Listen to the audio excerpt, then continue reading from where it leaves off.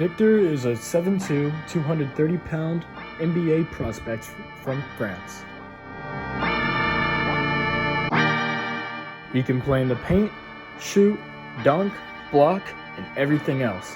This has made him one of the most hyped prospects in a long time. Let me try to describe how hyped he is for you. Remember Chet, the guy who people compare Victor to a lot? Well, this guy was out for the entire season last year, but that hasn't stopped people from thinking Victor will be the #1 draft. But it's clear that Victor is much better than Chet when you see some of his highlights. But how has the hype affected the card market for Wemby? Let's discuss.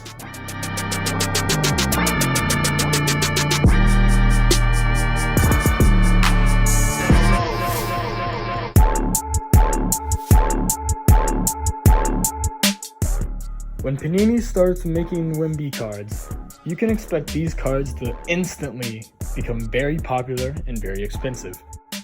Not only has the hype affected this, but the fact that he's probably going to be a small market team means that he will have a lot more eyes on him than any other player on that team. And with his ability to play anywhere, it will affect his card value to go skyrocketing as time progresses. However, there are a lot of things that can affect him negatively. He's really skinny, and that can cause a lot of injuries. And we're not talking Trae Young or Kevin Durant type skinny. No, we're talking stick skinny. And if these injuries become a common occurrence with Victor, you can expect his cards to go down really far.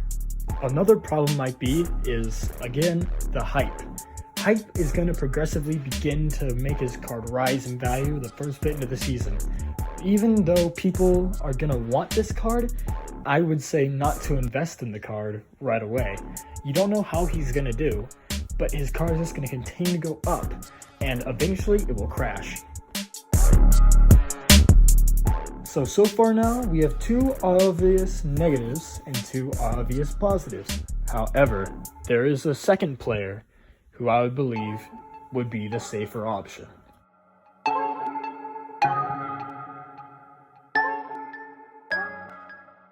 This player is Scoot Henderson.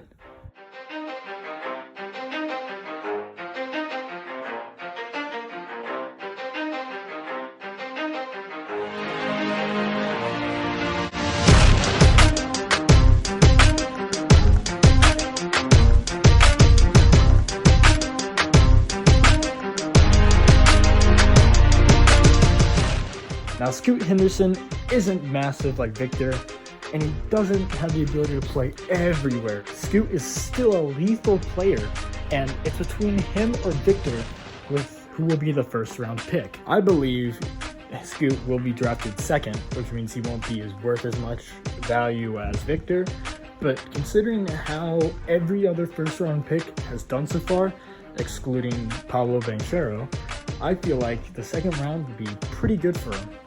So we still haven't answered the question. Is it worth investing in Victor Wembanyama? I'd say when the cards first start coming out, it's a no.